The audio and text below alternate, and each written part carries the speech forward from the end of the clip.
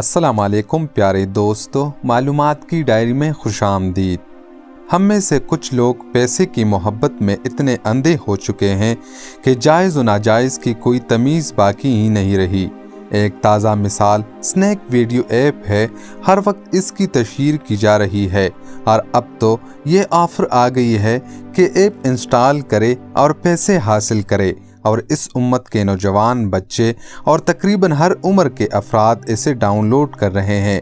बात यही ख़त्म नहीं हो जाती, बल्कि इस पर इनवाइट करे दूसरों को और पैसे हासिल करे, और जितना टाइम आप बेहाई को देखेंगे आपके अकाउंट में पैसे आएंगे।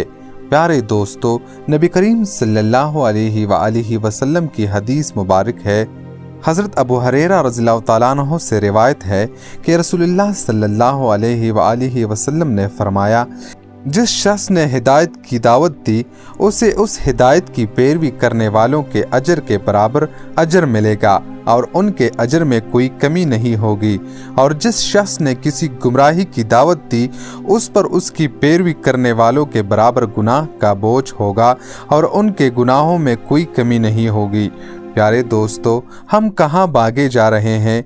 अंधाधुंध एक लम्हे को सोचे तो सही, अगर हमने एक बंदे को इनवाइट किया और उसने आगे 10 को, उन 10 ने आगे 20 को, और ऐसे ये सिलसिला चलता जा रहा, हम अपने कांधों पे किन किन के गुनाहों का बोझ लाद कर जाएंगे और किस किस के बोझ का हिस्सेदार बनेंगे। खुदारा मत करे ये जुल्म, खुद भी बचे और दूसरों को भी बचाए। सूरह नूर में अल्लाह रब्बुल इज़्ज़त का फरमान है, जो लोग मुसलमानों में बेहयाई फैलाने के आरज़ूमंद रहते हैं उनके लिए दुनिया व आखिरत में दर्दनाक अजाब है।